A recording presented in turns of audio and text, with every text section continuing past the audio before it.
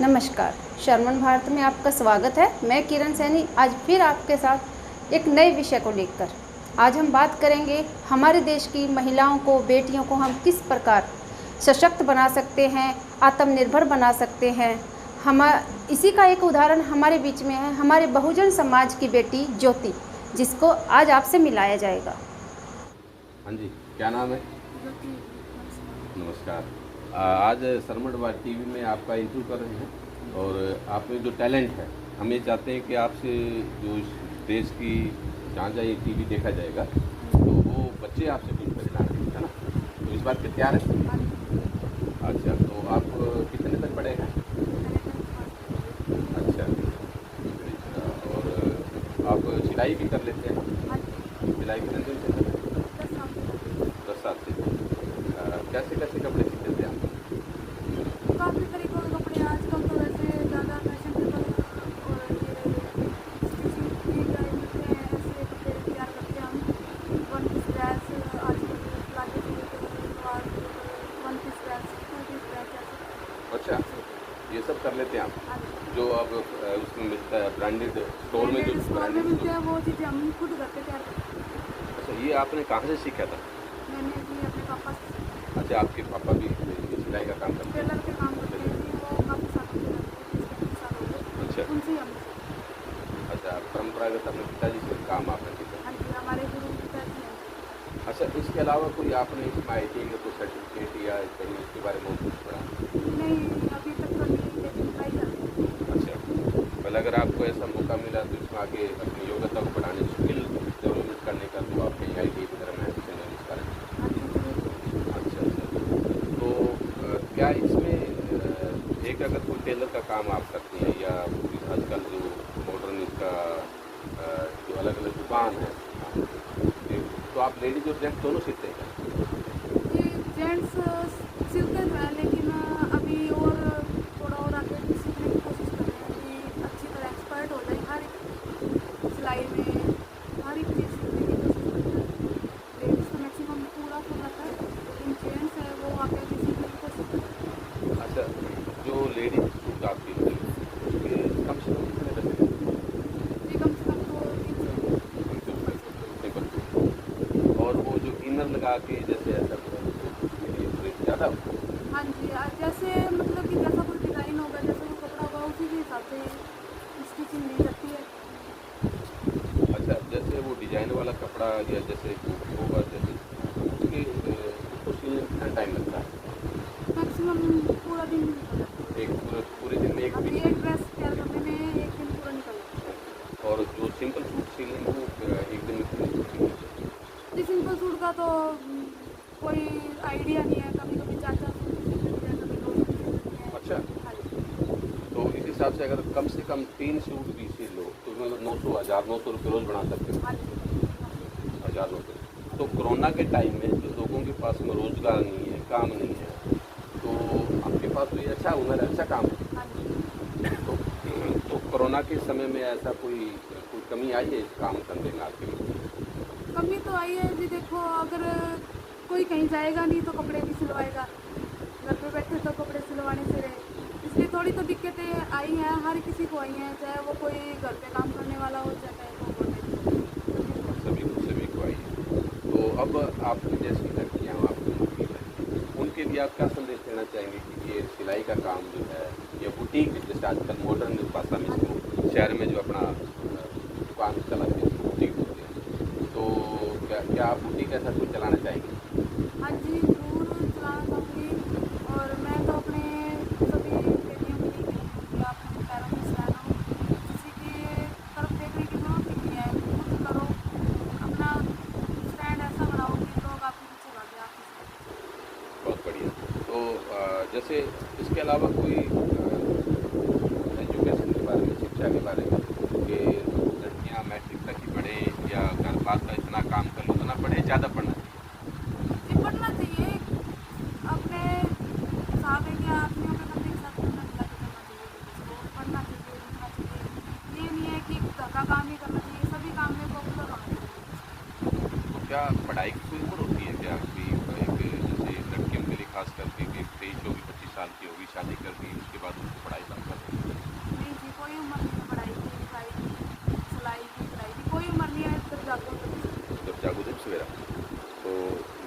आप भी आगे पढ़ना चाहेंगे आप? तो बाकी अपनी बहनों को जो भी टीवी को देख रही हैं उन सभी के लिए क्या संदेश है पढ़ाई के बारे में? यही संदेश है कि मन लगा के पढ़ाई करो, हर काम में अपना टैलेंट। ज्योति जी, आपने मेरे सभी सवालों का अच्छा से जवाब दिया और मुझे लगता है कि भी आपसे आने वाले टाइम में अन्य जो हमारे समाज की मातृशक्ति है या बेटियां हैं उनको एक अच्छा संदेश जाएगा। तो श्रवण भारत टीवी के बारे में आप लोगों को क्या कहेंगे? मैं तो यही कहूँगी कि आप अपनी जनरल नॉलेज के लिए वो हर एक काम सीखो जो आपको आगे जाके कोई दिक्कत नहीं है। बहुत बहुत धन्यवाद। जय भीम। तो आपने सुना कि एक बेटी के मुंह से उसी की जवानी की उसने किस तरह अपने देश, अपने घर को, अपने परिवार को किस तरह उसने आर्थिक हालात में अपने परिवार का साथ दिया। तो आज हम फिर से लौटते हैं अपनी रोज़मर्रा की चर्चा के ऊपर, जो रोज़ आपको सरमन टीवी में दिखाया जाता है, बताया जाता है। तो हम फिर से अपने उसी मुद्दे पे आते हैं कि हमारे देश के जो हालात हैं, राजनीतिक, आर्थिक, औद्योगिक, जो बिगड़ते हुए हालात हैं, उन सब के मुद्दे को लेकर हम हर रोज़ आते हैं। आज फिर हम एक नए करंट विषय को लेकर आपके सामने आए हैं और आपको फिर से हमारे इस विषय से चर्चित करेंगे हमारे सरमन भारत टीवी के चीफ मनीराम जी। सरमन भारत टीवी में एक बार फिर आपका स्वागत है। साथियों, पिछले दिनों से हम एक चर्चा कर रहे हैं, क्या नरेंद्र मोदी इस देश को बर्बाद करके मानेगा? उसके कुछ उदाहरण मैं आपके सामने पेश कर रहा हूँ। नरेंद्र मोदी ने 2014 में और 2019 के चुनाव में भी ये कसम दोहराई थी कि मैं देश नहीं बिकने दूंगा, मैं देश नहीं झुकने दूंगा, माता का शीश में नहीं झुकने दूंगा। ये बातें आपने नरेंद्र मोदी के वीडियो में आपने सुनी, 2014 में सुनी, 2019 में सुनी और हो सकता है हमारी याददाश्त कमज़ोर हो तो उन्हीं का यूट्यूब का वीडियो मैं डाला हूँ। आप एक बार फिर उनकी बात को सुनें और उसके बाद जो हम बात करना चाह रहे हैं उसको सुनें। इस देश को बनाने में हमारे महापुरुषों ने, इस देश के वीरों ने, जवानों ने, किसानों ने, खेत मजदूरों ने और नौजवानों ने, विद्यार्थियों ने एक मिलजुल के एक बहुत बड़ा संघर्ष किया। अगर 1848 से लेके और अब तक के संघर्ष की हम बात करें तो लगभग इसको 200 साल से ज़्यादा हो गया इस सारे आंदोलन को, संघर्ष को। ये देश कोई 10 दिन में या 10 साल में नहीं बन गया। और इस देश को बनाने के लिए यहाँ की मिट्टी, यहाँ का चांदी, सोना, अबरक, ये सारी चीज़ें अगर आप देखते हो तो इस देश में दुनिया के सबसे ज़्यादा संपन्न देश है। किस आधार पे संपन्न देश है? कि इस देश के अंदर हर चीज़, हमारे मौसम है, जलवायु है, ये सारा हर लिहाज से संपन्न देश हम कह सकते हैं। लेकिन इसके बावजूद हमारे देश के लोग बेरोज़गार क्यों हैं, भूखमरी के शिकार क्यों हैं, बिना इलाज के हमारे बहन बेटियां और समाज के लोग मर क्यों रहे हैं, ऐसे किसान आत्महत्याएं क्यों कर रहे हैं और किसानों पे लाठी और गोलियों से ये सरकार, कोई भी सरकार उससे बात करती है तो ये सारे की सारी नालायकी इन नेताओं के नेतृत्व करने वाले लोगों की है। देश की राजनीतिक पार्टियों और राजनीतिक इच्छा शक्ति की मुझे कमी नज़र आती है। और ख़ास करके हमारे समाज के लोगों की भी एक बहुत बड़ी इस बात की मैं नालायकी कहूँगा कि हम जब कभी भी ऐसे आंदोलन खड़े होते हैं तो हम उस आंदोलन के साथ लगने के बजाय हम पार्टी और क्षेत्र के हिसाब से हम उसके साथ हम खड़े हो जाते हैं। जबकि सच क्या है? सच ये है कि हमें जो है ना आंदोलन का साथ देना चाहिए, जनता का साथ देना चाहिए, देश को साथ देना चाहिए, ऐसा हमें जो है फैसला लेना चाहिए। तो आज फिर सरमन भारत टीवी की एक जिम्मेवारी है। इस देश के अंदर हज़ारों चैनल है, हज़ारों ऐसे लोग हैं, लेकिन वो आज भी मोदी भक्त, मोदी मीडिया और गोदी मीडिया जिसको नाम दिया गया है, वो तो केवल अब भी जो है मोदी की गीत और माला उसके जप रहे हैं। अब भी वो उस देश को बताने के लिए तैयार नहीं। हम एक प्रयास कर रहे हैं सरमन भारत टीवी की ओर से कि आपको सच बताया जाए। इस देश के अंदर जो जुल्म, जाति, दादागिरी, बदमाशी, वो तो एक विषय अलग है ही, लेकिन इस देश का जैसे हमने शुरुआत की कि क्या इस देश के जो है बर्बाद करके मोदी दम लेगा, सच इस बात को हम अपने आज के रात 10 बजे के कार्यक्रम में एक बार फिर हम आपके सामने मुखातिब हुए हैं।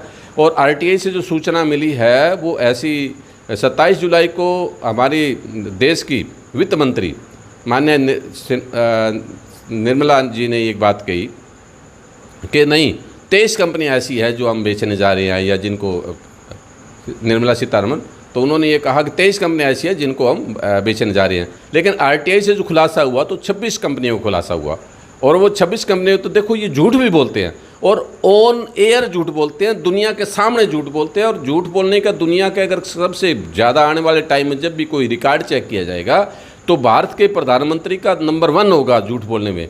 अगर ये जो है आने वाला टाइम कहेगा और इतिहास में लिखा जाएगा। इनका नाम लोग कहते हैं स्वर्ण अक्षरों में, मुझे लगता है कि नरेंद्र मोदी का नाम जो है काले अक्षरों में लिखा जाएगा कि इन्होंने इतना झूठ बोला कि झूठ भी शर्मा जाए। अब मैं आपके सामने उन्हीं के द्वारा RTI में ली गई सूचना ही मैं आपके सामने कुछ बातें में रख रहा हूँ कि वो 26 ऐसी कंपनियाँ कौन सी है जिन कंपनियों के बेचने के लिए जा रहे हैं। वो कंपनियाँ जो सबसे पहले तो उन कंपनियों में एक हमें बहुत बड़ा भरोसा दिया था, हमारे जिसके ऊपर सबसे ज़्यादा विश्वास था ज़िंदगी के साथ भी ज़िंदगी के बाद भी, ऐसी कंपनी का नाम है LIC, भारतीय जीवन बीमा निगम। उस कंपनी को जो है हिस्सेदारी जो है 25% हिस्सेदारी ये सरकार बेचने जा रही है, जबकि इस मार्केट में 70% रेवेन्यू, 70% पैसा इस बाज़ार का या तो उसमें उसका मार्केट जो है वो 70% जो LIC के पास है, बाकी दूसरी कंपनियां अलग है, भारतीय जीवन बीमा के पास है। उस कंपनी के 25% हिस्सेदारी ये बेचने जा रहे हैं।